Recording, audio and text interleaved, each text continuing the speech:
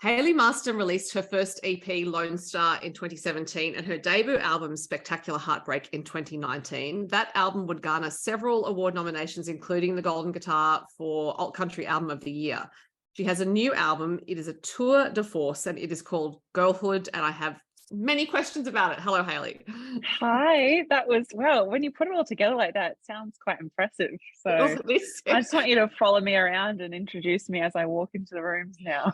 Well, I can send you that paragraph. You can just, record it and play it. Yeah. I might play it like in a megaphone as I enter any space. That sounds great, because you should have it on a megaphone, because this album is exceptionally good. And I was sort of trying to find the words to describe it, and just thought, I have a lot of feelings. I'm in my feelings, as the kids say.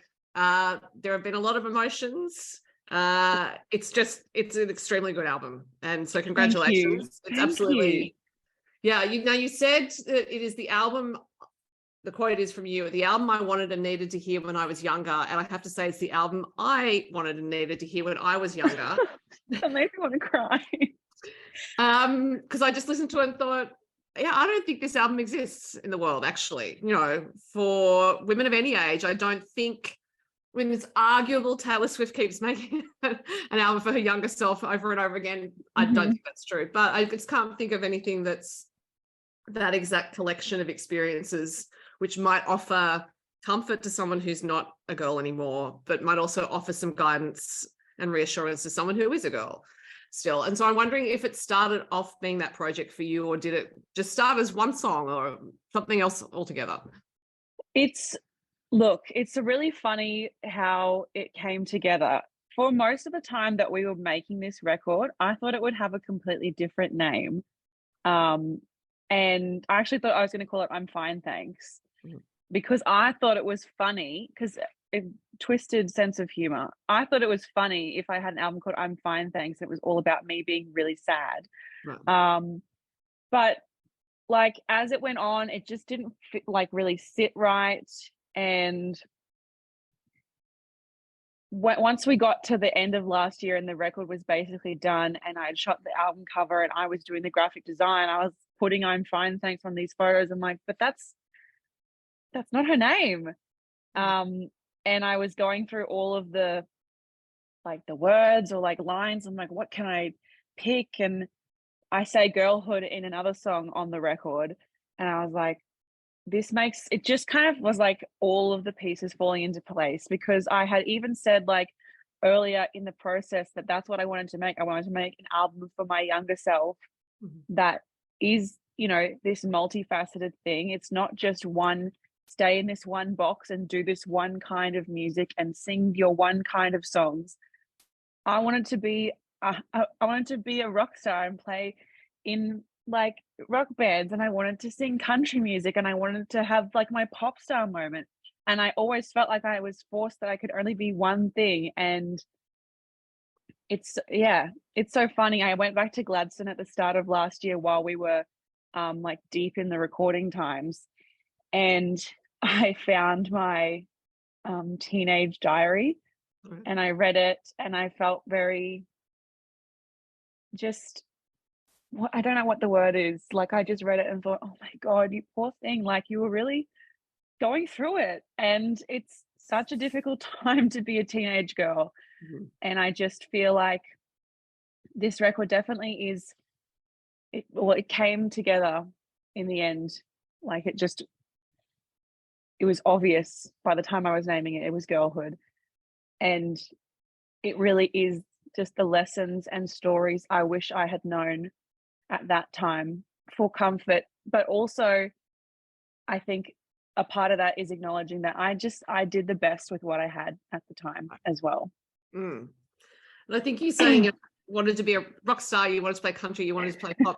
That's also about other things you wanted to do with your life, expectations that were put on you, and you didn't want to follow in all sorts of ways. The sorts of lives that we're instructed to lead that are really useful for everyone else if we lead them, but they're not necessarily going to be what we want to do.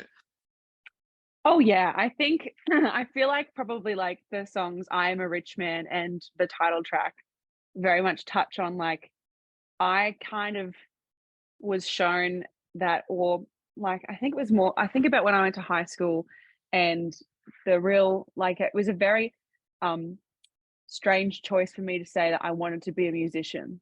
No one else really, that I didn't know anybody who was a musician. I think people just assumed that for me to have a full and happy life, I would grow up and get married and I would have children, and that would be the marker of me having a happy and successful life. And you know what? Maybe one day it might be, but I feel like right now, the marker of my full, happy, successful life, and the marker of that for many other women, is what they have. And it doesn't always mean, following the, nuclear family dynamic.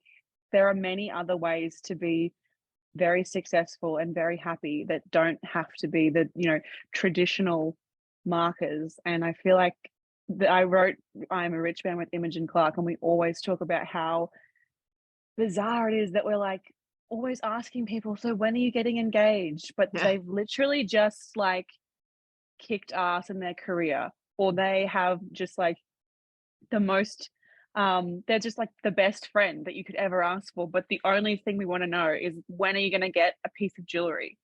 Obviously, like, engagement means more than that, and I don't want it to come across like I'm saying boo marriage. It's more that that's not for everybody, and it doesn't mean that if you're married that you're happy and like life's great. So yeah. And just on the title again, as you are a Swiftie, and I mentioned Taylor Swift, I know that you will know the line from Would Have, Could Have, Should Have, that goes, give me back my childhood, it was mine first. Now, obviously, your project was well underway by the time that came out, so your album is not an answer to that, but it does feel like a companion almost, in that it sounds like you're giving yourself back your girlhood. Yeah, that's that's very emotional. Yeah, I did, like, we had sort of kick things off by the time Midnights had come out, but that song is one of the best songs that Taylor has ever written. And I definitely like related to it so much. I think most women can relate to it. I think, there is a time in your girlhood that you think you're a grown up, and perhaps maybe you're not. But yeah, I love that they kind of link together in some way. Yeah, it's I just saw that synergy, and I thought it's often the case that there are ideas in the zeitgeist that a couple or three different or four different people might pick up on at the same time. And so in that way, Hayley, I think you're on Taylor's wavelength. Well, me and Taylor, we share the same brain cells, as it turns out. Call me babe. Let's get together. Now, you are riding a wave of success with the release of Spectacular Heartbreak. Then everything stopped because the world stopped. And you said that writing songs for this new album gave you a reason to get out of bed. Was there one song in particular that did that for you? Well, it's funny. I had a standing co-write day that Kieran Stevenson would come over and we would just write. And I had to kind of, because I had the pressure of somebody, being in the room, I couldn't just be like, I don't really feel like doing this today. I actually want to go back to bed and be sad. It did kind of force me to look through my voice memos. And as it turned out, I went back through them recently ahead of this record coming out. And so Kieran and I wrote Drowning Myself, I'm Fine, Thanks, Good Writer, and I Knew the Pain 1 week after another. Like yeah. So, and then we're like, you know what, we're done. We didn't write any more songs for the record. So I guess all of them, it was just a very lucky streak of very easy, great songs that we were both really proud of. And then once those songs had kind of come together, I had also before that written Bittersweet at Best and Feel It All by myself. I kind of felt like maybe there was something. I was still kind of unsure. To be honest, at that point of time, I was like, maybe I won't ever release any music ever again. Right. And maybe I don't have it in me to come back and do this. But I just sort of just kept it for me for a long time. And we did some demos at the end of 2020. And as time wore on, I just realized that this is not something I can walk away from. I have a lot more to say. And even though I was having a very, very hard time, really, the thing that made me climb back out of that black hole was music and was writing. And yeah, I think like getting started on recording Drowning Myself was really something for me to look forward to and to hope for, and to, yeah, I guess just wanting to show people that I do have more good songs in me, as even though I thought perhaps I had nothing left. So yeah, I think having those co-writes really, really it was the start of this record, even though I didn't know it. And I can only imagine it was completely deliberate that Drowning Myself was the first single, because the rest of the album is actually about you rescuing yourself. As I said, it's about you giving yourself back your girlhood. Well, at least to me, that's what it sounded like. I didn't think about that, but that's a beautiful, maybe subconsciously. I actually chose Drowning Myself as the first single because I say spectacular heartbreaks in it. Right. And I was like, this is the new era. But that's a really beautiful way of putting it, that, yeah, that song was about me drowning myself and all the rest are kind of me rescuing myself. Yeah. Why do you want me to cry, Sophie? Well, you made me cry. It's only fair. So it was the first time I listened to this, I was like, I'm crying. What is this? So then it kept happening every time I listened to it. Every time. It's going to keep happening. Well, people need to prepare themselves. I am more than happy to be the artist that people go to for their recreational cries. That's a beautiful legacy I'd love to take. I think it is a lovely legacy, but of course you're going to make more music, so the legacy doesn't need to be set quite yet. Okay, well, yes, yeah, we'll see. So musically, this is actually, you know, what you said. You wanted to be a rock artist, you wanted to be a country artist, you wanted to do pop. This album is that. There are some songs on it where I thought, I'm imagining these are musical references to songs that you loved when you were a girl. So I'm wondering what those references were, or which artists you loved when you wrote that teenage diary. I mean, look, the artists that I loved when I was growing up, I was a big Avril Lavigne fan. I loved Hilary Duff, the Veronicas. I feel like I usually just find some like core artists that I'm like, I will be your number one fan. And then, you know, as I became a teenager, Taylor Swift was starting out. Obviously, I'm a Swiftie from way back, from 2007. So yeah, I think I've always loved just female artists telling their stories in whichever genre that may be. So I think that's really what it boils down to. I think also, like, the other thing is that I did obviously have a lot of I had a very eclectic musical upbringing. My parents have a very wide-ranging musical collection. Like, we loved Cher, and obviously I Am a Rich Man, the quote is from Cher. And my mum was a huge Kylie Minogue and Robbie Williams fan, and she still is. She's very disappointed that I didn't want to go to the Kylie Minogue tour with her when she came, and you know what, to be honest, I'm a little bit disappointed now as well. I regret. And my dad has always been like the most unusual pop. Like, you wouldn't expect an accountant to have his favorite band be Ace of Base, but yet here we are. So we listened to a lot of pop music when I was growing up. Like, the only country music I ever really heard was from my grandparents, or maybe we might listen to Johnny Cash. So I guess I was getting like the connection of the female experience from genres outside of country music for a lot of my musical upbringing until I found Taylor. And so I guess that's kind of why there is a lot of different influences. Now track 3 is Teen Movie, which lyrically I just love so much. It is in part about John Hughes movies and the impact they had on you and what your ideas of romance would be. And it's definitely written from the perspective of you as you are now. But as you say in the song, you still want John Hughes to direct you. Mm-hmm. But I'm wondering also if you find or you have found that programming from that sort of storytelling being very hard to break, actually, that whole idea of the teenage romance, 16 Candles, all that stuff. You know what? I was waiting for such a long time to have my teenage romance moment. It never came.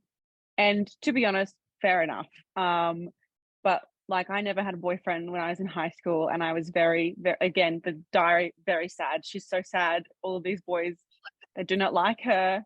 But when I say that I was relying on teen movies and like the TV shows and movies that I was watching as a teenager, I cannot stress enough how I was leaning on those narratives as like and holding out hope that they might come true. Like my parents got divorced when I was a teenager, and I remember watching this Mary Kate and Ashley TV show where their parents were divorced, but they got back together. And like poor sweet angel baby, that's not going to happen, but it will be okay.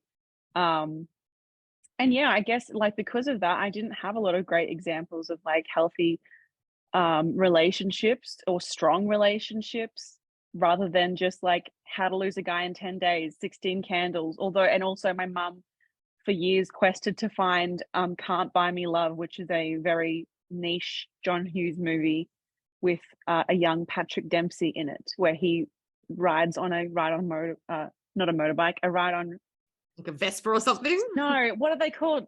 Mower, a ride on lawnmower. That's like they ride up into the distance on the lawnmower.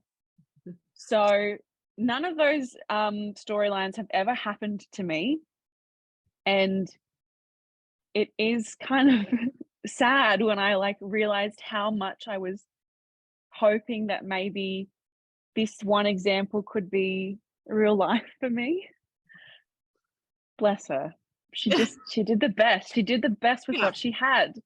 Yeah, because they were the stories you were seeing. That was the information you were getting. And I think teen movie is also about how ideas can be the hardest things to let go of, and they really can be, because they're so powerful. And I'm wondering if there are ideas you had of yourself as a teenager, negative ideas that you've been able to let go of by creating the album.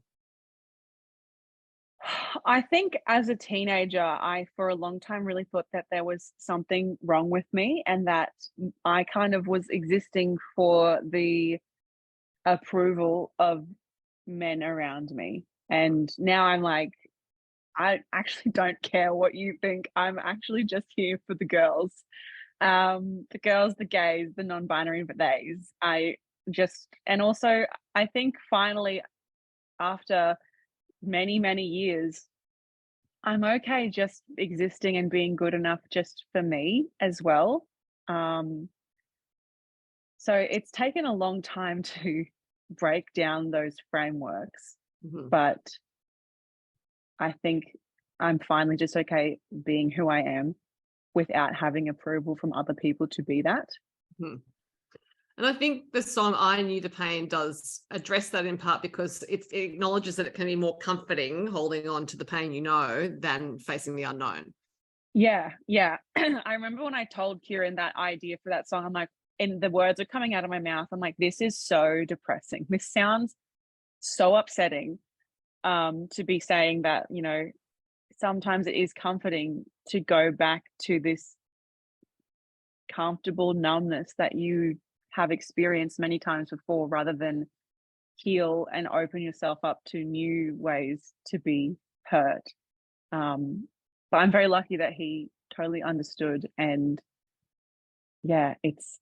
that's actually turned out to be one of my favorite songs I've ever written. Yeah, it's a fantastic song, as all the songs on the album. I keep saying this because it's true.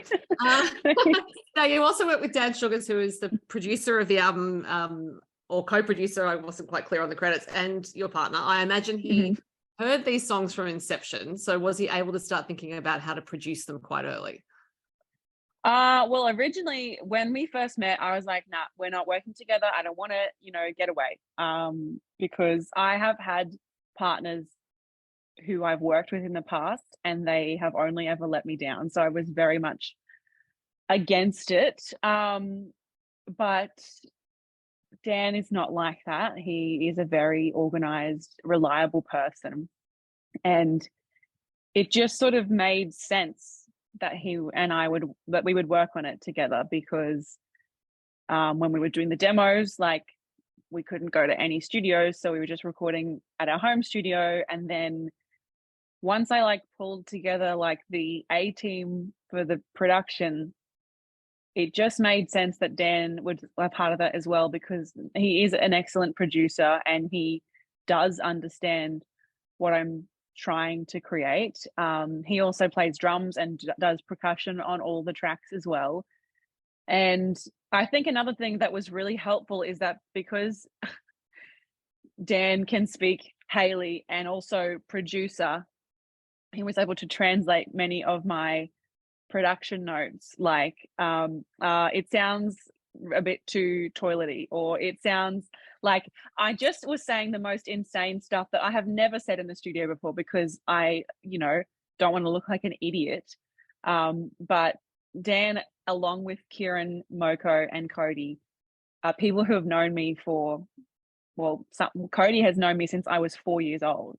So there is no need to be scared of sounding like an idiot. And yes, when we had Dan to do the translating as well, was it just worked like a very well-oiled machine. Yeah. Well, your voice does sound very free on this, no matter what the song is, and the content of the songs changes, but there is a looseness to it I don't think I've heard in it before. Thank you. Yeah, this sounds also like I'm not fishing for compliments, but I always thought like I was an all right, like high singer, like I can do it. But when we recorded this record and I listened to I Knew the Pain, I was like, wow, I'm actually really good. Who would have thought? Like, why would you make a career? Why would you go into a career and spend literally 10 years if you were like medium? So yeah, a lot of revelations apparently. Definitely took a lot more risks vocally that I would never ever even consider taking. Like even singing the vocal that you hear on Rich Man, I was dead against. I was like, I can't sing that. There's no way. And because the other thing that was really great is because we recorded it here in Brisbane, there wasn't the time pressure that I've had in the past that, okay, I'm here and I've got 2 weeks to sing the best I possibly can sing, and I've got to sing it right now. We worked on a lot of these songs over the course of, almost a year. So if I wasn't, feeling the best, or if I was sick, there was no like pressure that we had to get the vocal take that day, because there was always extra time and we didn't want to rush it. Yeah. I think your impression of your voice now is also part of letting go of the negative ideas that have existed in the past, and how art can actually help you do that, how it can help you let go of expectations that you had of yourself, one of which was, I'm not that great a singer. Yeah, and you know what? I'm thinking about it now. I probably picked it up because I used to do like choir and musical theatre, and I had a very low voice, and they're like, no, you can't sing high. So you can only sing this much. So just, not the best. And that's actually not the truth. And I think because I thought I couldn't do that for such a long time, I just didn't even try. So again, gotta just let it go, let go of the past, kumbaya, etc. My Body Is Not My Own is the hardest song on the album to hear, but I think it's the most important to listen to in some ways, and for people to listen to closely. There aren't many songs that can really pull a listener up the way this one can. I mean, any songs in the world. The only other song I can think of recently is actually Amber Lawrence's You Were Mine, which is about a very different subject, but it's the same impact of just pulling the listener up, and you have to listen to that song over and over again. It's devastating every time. I'm wondering if your song, My Body Is Not My Own, pulled you up while you were recording it. I mean, definitely. I went back and forth for a long time of if we would record it at all, because it was a very confronting song for me to write. It's a very confronting song for me to sing, and I probably won't ever sing it live for that purpose. But yeah, I think we just kind of decided that it was really important and it was important to me. And my goal as a songwriter has always been to, hopefully by sharing my vulnerabilities, I would maybe make somebody else feel more understood. And I think more as, you know, so much has happened in the last 12 months with restrictions on women's bodies and what we're actually able to decide for ourselves, that I just kind of felt like it was more and more important for me to include it on the record. And that is actually the first mention of girlhood, and that's why I decided to call the record Girlhood. So I think it was all exactly right on time in the end. Yeah. I think it has a couple of song relatives that I could think of, one of which is Make You by Lindsay L, and the other is Gratitude by Ani DeFranco. But it is its own powerful and heartbreaking statement. So my question was going to be, are you able to play it live? You've actually already said it. You're not going to be able to. And I totally understand why. People will have to listen to it to understand why. Yeah. Yeah, we'll leave it at that. The end. Yeah, but then look, it's a really powerful song. The last track is Last Transmission, and it is a live recording. Its theme is that the gig you're playing while singing it live is possibly your last transmission ever, and that that's a sentiment that arose out of lockdowns. But what it's really about is how great it is to play live and to listen to live music. So have you been enjoying the prospect of bringing these songs to life for people? I have been, my band and I have been practicing for this tour for about like a month and a half. And it's so exciting now that we've put a lot of effort into all of the many aspects of the show. I even have a part in the set list that is different every night. It's left to chance. So if you were to come to every show on the Girlhood tour, you would see a different show every night.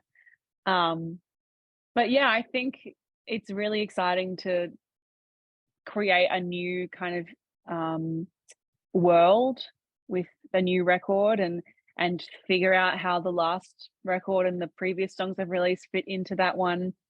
And yeah, I'm just excited to just celebrate this, because it's been a long time. Like, I started writing this in 2020, and then we recorded for a year, and the last couple of months have been not a lot of glamour. It's been a lot of spreadsheets and planning from me. So I think I finally feel like there's nothing left to stress about, and I just get to have fun and just enjoy this record that I am so proud of. And yeah, I'm just really excited for people to hear it. I know that everyone says this, but I do feel like this is my most like true snapshot as me as a person as a whole.